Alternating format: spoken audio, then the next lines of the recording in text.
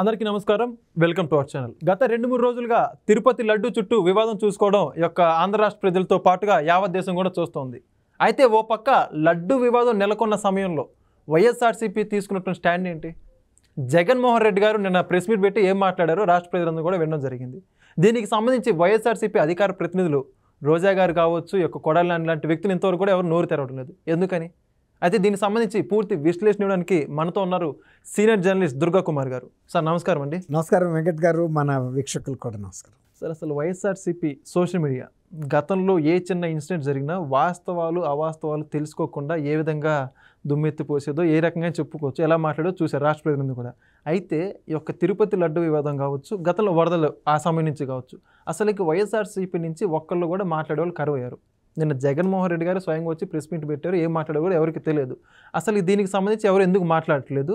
వాళ్ళ పార్టీ మునిగిపోతుందని భయపడ్డారా, లేకపోతే ఎందుకు?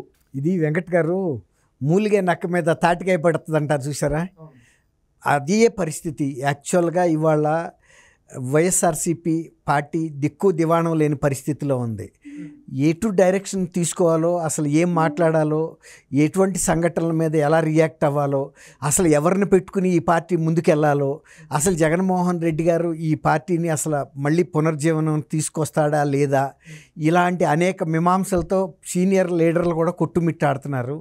తర్వాత వెళ్ళి ఇప్పటికి కూడా పార్టీ ఓడిపోయినా కూడా జగన్మోహన్ రెడ్డి గారి దగ్గరికి వెళ్ళి ఇతిమిద్దంగా ఇది చేస్తే పార్టీ పునర్జీవం వస్తుందని చెప్పడానికి కూడా ఎవరికి సాహసం చాలట్లేదు. చెప్పినా ఆయన పట్టించుకోవట్లేదు.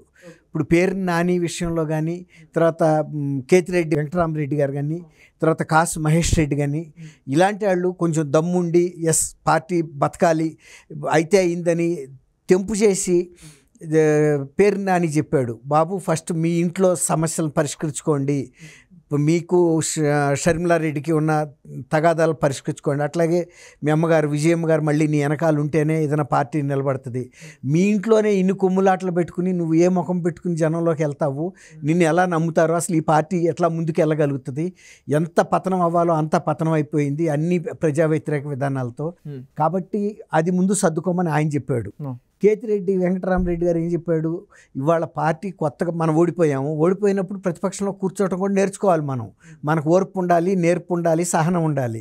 అంతేగాని గెలిచిన పార్టీని దింపేసి నేను వాళ్ళ నాకు ముఖ్యమంత్రి పదవి ఇవ్వమని నువ్వు అనేక వ్యవస్థల చుట్టూతా కేంద్రం చుట్టూతా తిరగటం, అయిన దానికి కాని దానికి విమర్శలు చేయటం, అది తప్పు. స్పష్టంగా 1 సంవత్సరం పాటు ఒక అవకాశం మనం ఏ పార్టీ అధికారంలో వస్తే వాళ్ళకి ఇవ్వాలి. అప్పుడు ఏదన్నా మనం చేసే విమర్శకి విలువ ఉంటుంది, విశ్వసనీయత ఉంటుంది, ప్రజల్లో కూడా నమ్మకం ఉంటుంది. అంతేగాని మనం ఓడిపోయామనే దొగ్ధతో చేసే విమర్శల మూలన మన పార్టీ పతనం అవుద్దని కూడా ఆయన చెప్పాడు. అది కూడా ఆయన చెవికి ఎక్కలేదు. తర్వాత కాసు మహేష్ రెడ్డి గారు ఏం చెప్పాడు, మన పార్టీ అధికారంలో ఉన్నప్పుడు మనం చేసిన ప్రజా వ్యతిరేక నిర్ణయాలు, ముఖ్యంగా మద్యపాన నిషేధం కానీ, అట్లా ప్రజలకు సంబంధించిన ఇసుక విధానంలో కానీ మనం లోపాలు జరిగినాయి, తీవ్రమైన లోపాలు, చాలా కుటుంబాలు నష్టపడినాయి, ఆరోగ్యాలు దెబ్బతిన్నాయి, దానికి మనం మూల్యం చెల్లించాము అన్నాడు. బొత్స సత్యనారాయణ గారు ఏమంటున్నాడు, మన విధానాలు, మా పార్టీ విధానాలు ఎందుకు మార్చుకోవాలి? ఆయన ఎమ్మెల్సీగా ఎలక్ట్ అయిన తర్వాత ఆయన ఒక సీనియర్ లీడరు, ఆయన రాజశేఖర్ రెడ్డి గారికి కూడా పార్టీలో సహచరుడు, ఆ ఉమ్మడి ఆంధ్రప్రదేశ్కి పిసిసి ప్రెసిడెంట్గా చేశాడు, అప్పుడు ముఖ్యమంత్రి అభ్యర్థిగా కూడా ప్రొజెక్ట్ అయిన వ్యక్తి. ఆయన అంటాడు మా పార్టీ విధానాలు ఎందుకు మార్చుకోవాలి అంటాడు. అసలు ఇప్పుడు పార్టీ విధానాల మూలానే ఓటమి చెందాము, ముఖ్యమంత్రి వైఖరి మూలాన మనం ఘోరమైన ఓటమి చెందాము, ప్రజలు ఈ సీట్లు కూడా నెక్స్ట్ ఎన్నికల్లో ఎవరనే ఆందోళన ఉన్న నాయకులు బొత్స సత్యనారాయణ మాటలకి ఇంకా నివ్వెరిపోయారు. ఇక ఈ పార్టీ బాగుపడే ప్రశ్న లేదు, ఈ పార్టీ బతికి బట్టకట్లేదు, ఇదే ప్రజా వ్యతిరేక నిర్ణయాలు కనుక కొనసాగిస్తే ఇక ఈ పార్టీని ఇంకా ఎవడు ఎన్నుకుంటాడనేది చాలామంది తెలుసుకున్న తర్వాత పార్టీని విడిపోయి వేరే పార్టీలకి వెళ్ళిపోవటం మనం చూస్తున్నాము. ఇప్పుడు బాలినేని శ్రీనివాస్ కానివ్వండి, జగ్గేపేట కానీ ఎవరు చాలామంది వెళ్ళిపోతారండి, ఎవరు ఉండరు. ఎందుకంటే ఎవరైనా కూడా రాజకీయ నాయకులు మునిగిపోయే పడవలో ప్రయాణికులు ఎట్లా ఉండరో, మునిగిపోయే పార్టీలో ఏ రాజకీయ నాయకుడు తన రాజకీయ ప్రస్థానం కొనసాగించడం అది సహజం. ఎత్తు నుంచి నీరు పల్లంలోకి ఎలా వస్తాయో అధికార పార్టీ వైపు ప్రజలు నాయకులు వెళ్తారు కానీ ఓడిపోయిన పార్టీ వైపు ఉండరు. రెండోది, ఓడిపోయిన పార్టీ ఇవాళ కాకపోతే రేపైనా గెలుస్తుందన్న ఆశ ఉందా అంటే అసలు జగన్మోహన్ రెడ్డి గారు ఏ అవకాశాన్ని అందిపుచ్చుకోలేకపోతున్నాడు అనేది నాయకుల్లో వచ్చిన నైరాశ్యం.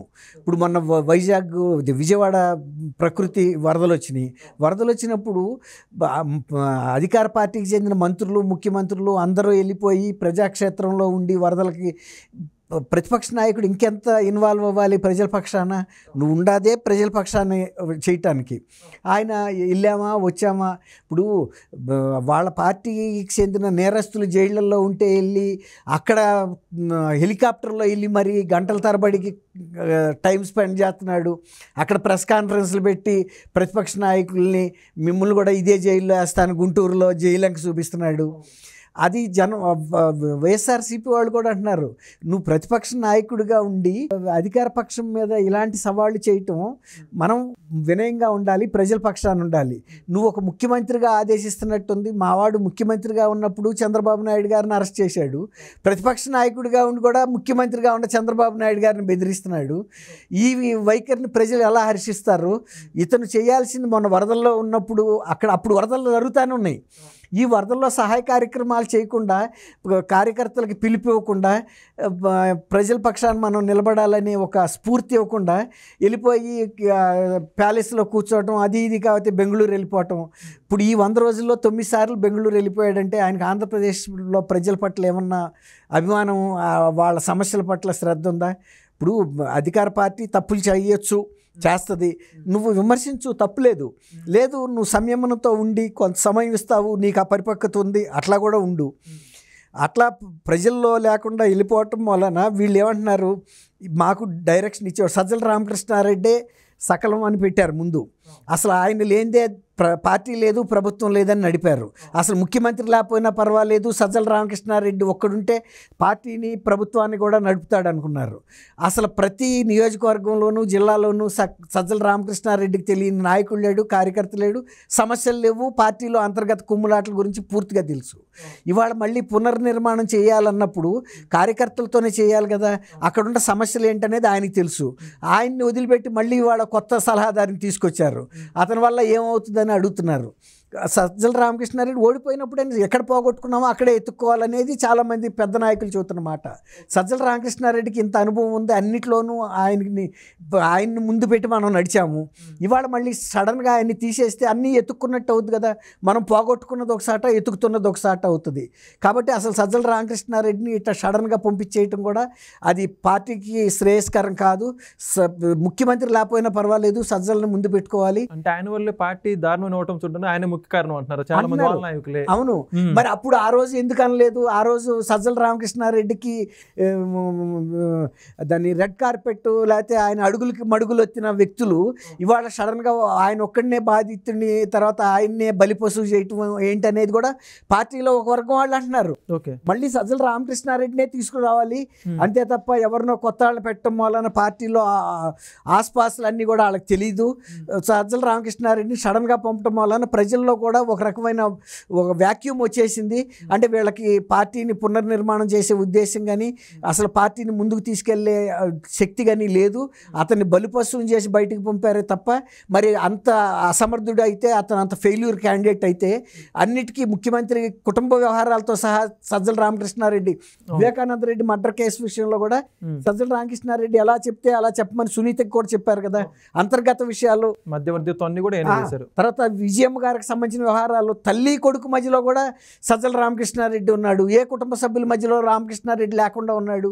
అన్నిట్లోనూ వ్యక్తిని ఇవాళ సడన్గా తీసేయటం వలన ఒక ప్రజల్లో కూడా ఒక రకమైన కన్ఫ్యూజన్, అంటే కంగాళీగా ఉందా, అంటే పార్టీలో వీళ్ళకి విధి విధానాలు లేదు, వీళ్ళకి మార్గదర్శనం లేదు.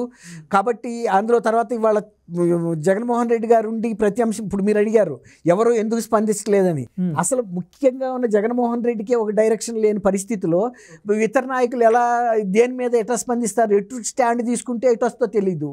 ఇప్పుడు అంతెందుకు వైవి సుబ్బారెడ్డి గారు ఆయన సొంత బాబాయి, ఆయనకి పార్టీలో ఒక స్పష్టత ఉండాలి కదా.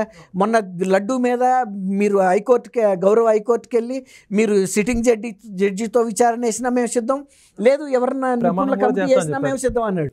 అదే వ్యక్తి తను టీటీడీ చైర్మన్గా ఉన్నప్పుడు జరిగిన అవకతవకల మీద ఎన్ఫోర్స్మెంట్ అండ్ విజిలెన్స్ వాళ్ళు ఎన్నో అవకతవకల మీద విచారణ జరిగి ఆయన్ని మీరు వచ్చి మాకు కొంత సమాచారం ఇవ్వమంటే ఆయన ఇవ్వలేదు. ఇవ్వకపోయినా వాళ్ళు రికార్డులు చూసుకుని ఇతర సిబ్బందిని అడిగి ఒక కేసును ఒక దశకి తీసుకొచ్చే దర్యాప్తు కొనసాగుతుంటే మళ్ళీ అదే వ్యక్తి అదే గౌరవ హైకోర్టుకి వెళ్ళి రిట్ పిటిషన్ వేశాడు. నా మీద ఇలా విచారణ చేయడానికి వీల్లేదు, టీటీడీ అనేది ఒక స్వతంత్ర సంస్థ, ఆ స్వతంత్ర సంస్థకు కూడా దర్యాప్తుకి సంబంధించిన విజిలెన్స్ ఎన్ఫోర్స్మెంట్ ఉంది కాబట్టి వాళ్ళు చేయాలి తప్ప రాష్ట్ర ప్రభుత్వానికి చెందిన ఎన్ఫోర్స్మెంట్ అండ్ విజిలెన్స్కి హక్కు లేదని ఆయన వితండవాదానికి దిగాడు పరస్పర విరుద్ధంగా. అసలు ఆయన్ని నియమించింది ఎవరు? రాష్ట్ర ప్రభుత్వం. అట్లాగే ఈవోని ఎవరు నియమిస్తారు? రాష్ట్ర ప్రభుత్వం. టీటీడీ స్వతంత్ర సంస్థ అయినప్పటికీ కూడా దాని విధి విధానాలకు లోబడి పనిచేసినంత వరకు రాష్ట్ర ప్రభుత్వం ప్రమేయం చేసుకోదు. కానీ అవకాశం దొరికింది కదా అని టీటీడీలో ఉన్న నియమ నిబంధనలన్నీ తోసిరాజని ఆ సంస్థకి నష్టం కలిగించినా, లేకపోతే అక్రమ నియామకాలు చేసినా, అక్రమార్జనలు చేసినా, తర్వాత సంస్థకి నష్టం కలిగించే పనులు చేసినా రాష్ట్ర ప్రభుత్వం విచారణ చేయాల్సిన అవసరం ఉంది. తర్వాత టీటీడీలో ఎన్ఫోర్స్మెంట్ ఉన్న మాట విజిలెన్స్, కానీ అది ఏంటి? చిన్న చిన్న ఉద్యోగులు చేసే చిన్న చిన్న ప్రొసీజరల్ తప్పుల్ని విచారిస్తే తప్ప టీటీడీ బోర్డు చేసే నిర్ణయాల మీద వాళ్ళు చేయలేరు. ఎందుకంటే టీటీడీ బోర్డు కన్సర్న్లలో వాళ్ళు ఉద్యోగం చేయాలి. వాళ్ళు చాలా చిన్న చిన్న ఉద్యోగులు. అట్లాగే చైర్మన్ ఈవో చేసిన అక్రమాల మీద వాళ్ళు చేయలేరు.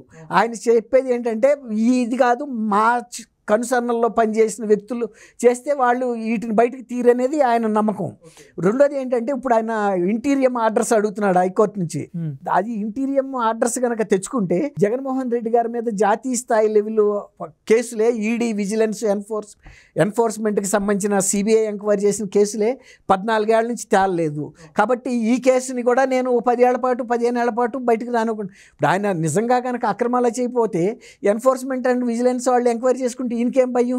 తప్పు చేసినాడు భయపడాలి, గుమ్మడికాయలు దొంగతనం చేసినాడు భుజాలు తడుముకోవాలి, నా భుజాలకి ఏమన్నా అంటుకుందా అని. ఆ చైనాడి గురించి భయపడాల్సిన అవసరం లేదు కదా. ఇప్పుడు మీరు అడిగారు ఈ నాయకుల్లో ఎందుకు ఇలాంటి స్తబ్దత వచ్చింది, వీళ్ళు ఎందుకు ప్రతిఘటించట్లేదు, వీటి మీద ఎందుకు స్పందించలేదని. అసలు ఎవరికి ఏమీ స్పష్టత లేదు. జగన్మోహన్ రెడ్డి గారే ఇక్కడ రాష్ట్రాన్ని మనం ఎటు డైరెక్షన్లో తీసుకెళ్ళాలి, పార్టీ క్యాడర్ని ఏ విధంగా మనం సంయమనం పాటించి ముందుకు నడపాలి, సమన్వయం చేసుకోవాలి, వాళ్ళతో సమీక్షలు జరపాలి, అదేం చేయలేకపోతున్నాడు. ఆయన శక్తి మీద ఆయనకి నమ్మకం లేక ఒక సలహాదారుని తెచ్చుకున్నాడు. అప్పట్లో పీకే అని ఆయన బీహార్ నుంచి తీసుకొచ్చాడు ప్రశాంత్ కిషోర్. ఇప్పుడు ప్రశాంత్ కిషోర్ కూడా గతంలో చెప్పాడు నువ్వు కొన్ని తప్పులు చేయొద్దు బాబు అని. తను ఆ తప్పులే చేశాడు, దానికి మూల్యం చెల్లించుకున్నాడు. ఇవాళ ప్రశాంత్ కిషోర్ కూడా వచ్చి ఆయన ఏమి నిలబెట్టలేని పరిస్థితి. ఇవాళ ఇంకొక వ్యక్తిని తెచ్చుకున్నాడు, సజ్జల రామకృష్ణారెడ్డి. నిన్నటికి నాకు సర్వరోగ నివారణ అన్నట్టుగా వ్యవహరించాడు. ఇవాళ సజ్జల రామకృష్ణారెడ్డి కానీ వాళ్ళ అబ్బాయి భార్గవ రెడ్డి కానీ ఎవరు లేరు. చాలామంది కార్యకర్తలు పార్టీలో కొంతమంది సీనియర్స్ అనేది ఏంటంటే మంచో చెడో ఇవాళ ఆ 11 అన్నా వచ్చినాయి. కాబట్టి మళ్ళీ అతన్నే ఉపయోగించుకుని పార్టీని పునర్నిర్మించుకోవటమే బెటర్ తప్ప ఇవాళ కొత్త వాళ్ళ దగ్గరికి వెళ్తే ఆ 11 కూడా పోతాయి, ఇంకా సజ్జల రామకృష్ణారెడ్డి ఉండబట్టి ఆ 11 కూడా వచ్చినాయేమో అనేవాళ్ళు కూడా ఉన్నారు. సజ్జల రామకృష్ణారెడ్డిని పూర్తిగా తీసేయటం కూడా చాలా మందికి పార్టీలో మింగుడు పట్టలేదు. కానీ అట్లాని ఎవరినన్నా అంత ఈక్వల్ వ్యక్తిని, ప్రాధాన్యత గల వ్యక్తిని పెట్టారా అంటే ఎవరు కూడా కనపట్టలేదు. దీంతో సీనియర్లు అందరూ కూడా ఒక సందిగ్ధంలోనూ కన్ఫ్యూజన్లో ఉండే అసలు ఆదినాయకుడు ఎలా వ్యవహరిస్తాడో చూద్దాం అన్నట్టుగా అన్నారు. అది ఎదురు చూస్తున్నారు. మీరు అన్నట్టు ఒక దిక్కు దివాణం లేని ఒక కన్ఫ్యూజన్లో క్రాస్ రోడ్స్లో వైఎస్ఆర్సీపీ పార్టీ ఉంది. ఇప్పుడు చాలామంది ఈ రాజ్యసభకు కూడా రాజీనామా చేసి పదవులు వదులుకుని పార్టీ సభ్యత్వాలకు కూడా రాజీనామా చేస్తున్నారు, ఎమ్మెల్సీలు చేస్తున్నారు. ఈ ఎమ్మెల్యేలు కూడా ఎంతమంది ఉంటారో ఎవడో ఏం చెప్పలేడు. పార్టీ మీరు అన్నట్టు తీవ్రమైన సంక్షోభంలో ఉంది. దానికి ఎవరు పిల్లి మెడలో గంట కడతారన్నట్టుంది. వైవి సుబ్బారెడ్డి గారు ఒకప్పుడు చాలా పెద్ద మనిషి అనుకున్నారు. ఇవాళ ఆయనే డిఫెన్స్లో పడ్డాడు. తన మీద వచ్చిన కేసుకి తను ఇవాళ హైకోర్టుకి వెళ్ళి నేను నిన్నట్రాక ఏమీ తప్పులు చేయలేదు, మేము శుద్ధపూసలం అని చెప్పిన వ్యక్తి నా మీద విచారణ ఆపడం మహాప్రభు అని మళ్ళీ రిట్ పిటిషన్ వేసుకునే పరిస్థితికి వచ్చాడు. అంటే ఎవరు పర్ఫెక్ట్గా ఉన్నారు? జగన్మోహన్ రెడ్డి గారి మీద ఉన్న అవినీతి కేసులు, అక్రమ కేసులు అనేకం ఉన్నాయి. ఇంకా ఇప్పుడు ఈ 5 ఏళ్ళది ఇంకా బయటికి తీల చిట్ట. ఇప్పుడు వైవి సుబ్బారెడ్డి గారు ఒక ఆధ్యాత్మిక సంస్థ అయిన టీటీడీలో ఉండి అక్రమాలు చేయలేదని అనుకోవాలి ఎవరైనా. కానీ ఆ అక్రమాల మీద విచారణ జరుపుతుంటే వద్దు అంటున్నాడంటే చేసినట్టేగా. దానికి తోడు ఇప్పుడు మీరు అన్నట్టు ఈ లడ్డూల ఇది వచ్చింది. ఇది ప్రపంచవ్యాప్తంగా ఉన్న తెలుగు అంటే హిందూ మనోభావాలు పూర్తిగా దెబ్బతిన్నాయి. చాలా ఉద్రిక్తంగా ఉంది. ఈవెన్ నార్త్ ఇండియా, ఉత్తర భారతదేశంలో కూడా ఆయన దిష్టి బొమ్మలు తగలబెడుతున్నారు. ప్రముఖులందరూ, ప్రముఖ సంస్థలు, హిందూ సంస్థలన్నీ కూడా తీవ్రంగా రియాక్ట్ అయినాయి. కేంద్ర ప్రభుత్వం కూడా దీన్ని తీవ్రంగా పరిగణించి ఇప్పుడు రాష్ట్ర ప్రభుత్వాన్ని సంజయ్ అడుగుతుంది, ఏంటి మీరు దీని మీద జరిగిన విషయాలన్నీ మాకు చెప్పండి, ఆ రిపోర్ట్లు పంపండి, మేము కూడా దర్యాప్తు చేస్తాము, దీని మీద కఠినంగా చర్య తీసుకోవాలి. ఎందుకంటే దేశవ్యాప్తంగా ఒక ఆందోళన మొదలైంది. ఈ ఎటు దారితీస్తూ కూడా కేంద్రానికి కూడా అర్థం కావట్లేదు. అందువల్ల గట్టి నిర్ణయం, గట్టి ప్రకటన చేయకపోతే కేంద్ర ప్రభుత్వం ఉనికి కూడా ప్రమాదంలో పడే పరిస్థితికి వచ్చింది. ఒక ఆంధ్రప్రదేశ్లో టీటీడీలో జరిగిన ఒక చిన్న సంఘటన ఏం కాదు ఇది. ప్రపంచవ్యాప్తంగా ఉన్న హిందూ మనోభావాలు గట్టిగా దెబ్బతిన్నాయి. కాబట్టి ఇది చూద్దాం వెంకట్ గారు, ఇది ఎటు దారి తీస్తుందండి. ఖచ్చితంగా చూద్దాం సార్. వైఎస్ఆర్సీపీ సంక్షోభానికి సంబంధించి లడ్డు వివాదంలో ఏ విధంగా ముందుకెళ్తుందో. ధన్యవాదాలు సార్. చూశారు కదండి, ఒక లడ్డు వివాదానికి సంబంధించి వైఎస్ఆర్సీపీలో నెలకొన్నటువంటి అంతర్గత వివాదానికి ఒక చక్కటి విశ్లేషణ దుర్గా కుమార్ గారికి ఇవ్వడం జరిగింది. మరొక వీడియోతో మరొకసారి మేము ముందుకు వస్తాం. ధన్యవాదాలు.